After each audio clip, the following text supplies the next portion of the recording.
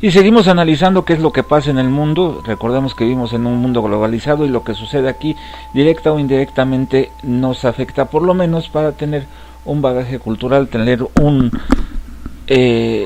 marco de referencia de qué está pasando en el mundo. Bueno, vámonos a Jerusalén, ahora que Donald Trump quiere que Jerusalén sea la capital de Israel. Vamos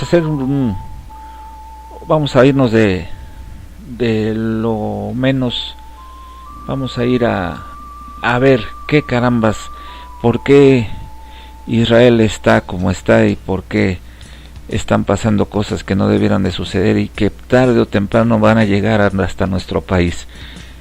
Si no me crees, en entregas posteriores lo vamos a analizar y te vas a dar cuenta por qué están sucediendo estas cosas. Después de 10 días de intensa presión popular, la policía de Israel desmantela puertas de seguridad erigidas cerca de la explanada de las mezquitas en el monte del templo para los judíos en Jerusalén, y que el gobierno de Benjamín Netanyahu ha decidido instalar a raíz del asesinato de 2 policías el mes pasado por 3 árabes israelíes. La movilización y solidaridad de los habitantes palestinos de Jerusalén Oriental refleja la desesperación de la población, pero en el mejor de los casos trasciende como la puesta en práctica de su derecho a la autodeterminación. El Plan de Partición de Naciones Unidas de 1947 y la Resolución 181 de la Asamblea General da a la ciudad un régimen internacional particular. Palestina se dividiría en 2 estados independientes, uno judío y uno árabe. Jerusalén sería un enclave bajo supervisión internacional. Ojo, Jerusalén sería un enclave bajo supervisión internacional, únicamente Jerusalén. Pero en la guerra del 48 la ciudad quedó dividida entre Jordania e Israel. Este instaló su capital en la parte occidental. En junio del 67, Israel se anexa a la parte oriental de Jerusalén. Desde entonces las fronteras de la ciudad se han expandido y docenas de nuevos barrios judíos se establecen al tiempo que se limita el desarrollo y expansión de barrios palestinos. En 1980 una ley proclama a Jerusalén entera y reunificada capital eterna de Israel.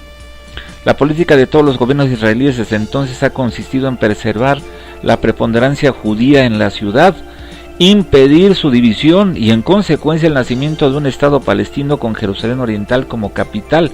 Ojo, recientemente la población total de Jerusalén se estima cerca de 865,000 habitantes, mientras que los judíos que viven en los barrios orientales de Jerusalén gozan de todos los derechos de ciudadanía. Los residentes palestinos tienen un estatus limitado. Ejemplo, no pueden votar en elecciones nacionales. ¿Qué carambas? ¿Cómo que no pueden votar? La ciudad es lugar de trabajo de cerca de 100,000 palestinos provenientes de Cisjordania, pero reciben un salario menor que sus contrapartes israelíes, o sea, judíos. Incluso aquellos que trabajan para los mismos empleadores. Unos cuantos obtienen pensiones y otros beneficios sociales, y otros entran a Jerusalén con un permiso de pago o después de pasar horas en puestos de revisión. Asimismo, los palestinos cristianos, que representan 1% de la población total de Jerusalén, y musulmanes, denuncian la judaiciación creciente de Ciudad Santa, que atestiguan en decisiones como erigir algún monumento, llevar a cabo una excavación arqueológica bajo la explanada y otros sitios, nombrar calles o cuestionar el libre acceso a los lugares santos. Otro instrumento es el dominio de las vías de comunicación que unen las colonias entre sí, las cuales dislocan el espacio palestino y obstruyen las oportunidades de desarrollo. Las demoliciones de casas y permisos para construir emitidos a cuentagotas por la municipalidad acrecientan la desigualdad. El presupuesto acordado a la ciudad es por sí solo revelador. La población palestina en Jerusalén Oriental es de 320,000 habitantes. Representa alrededor del 37% de la población total de la ciudad.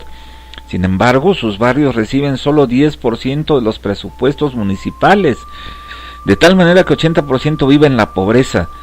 Organismos internacionales y asociaciones civiles israelíes documentan cada una de estas cifras anteriores y en su contexto.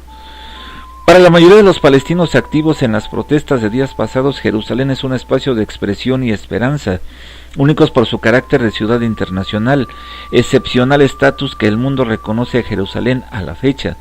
la satisfacción de los habitantes de Jerusalén Oriental que han derribado los detectores de metal mediante un boicot tenaz y la organización de rezos cotidianos, mucho ojo, rezos cotidianos en las calles, es a la vez alentadora y portadora de nuevas interrogantes. No está claro que la lucha pacífica pueda sobrevivir y extenderse ante la evolución de la política y sociedad en Israel y los problemas de la clase política palestina. Esto me preocupa mucho y me llama mucho la atención porque esto es eterno, siempre se van a estar peleando, esto es ya desde los tiempos del Antiguo Testamento, la lucha entre los hijos legítimos y los hijos de la esclava y todo eso que usted y yo conocemos. Lo que me molesta es que los palestinos no tengan las libertades a las cuales tienen derecho. Si tú me dices que no tienes derecho a votar, pues simple y sencillamente no existe la democracia. Y nosotros en Democracia Ciudadana exigimos a las autoridades judías o israelíes o como demonios se llamen, a implantar un sistema de veras democrático. Si no, pues que siga corriendo la sangre, que sigan corriendo los muertos y no les extrañe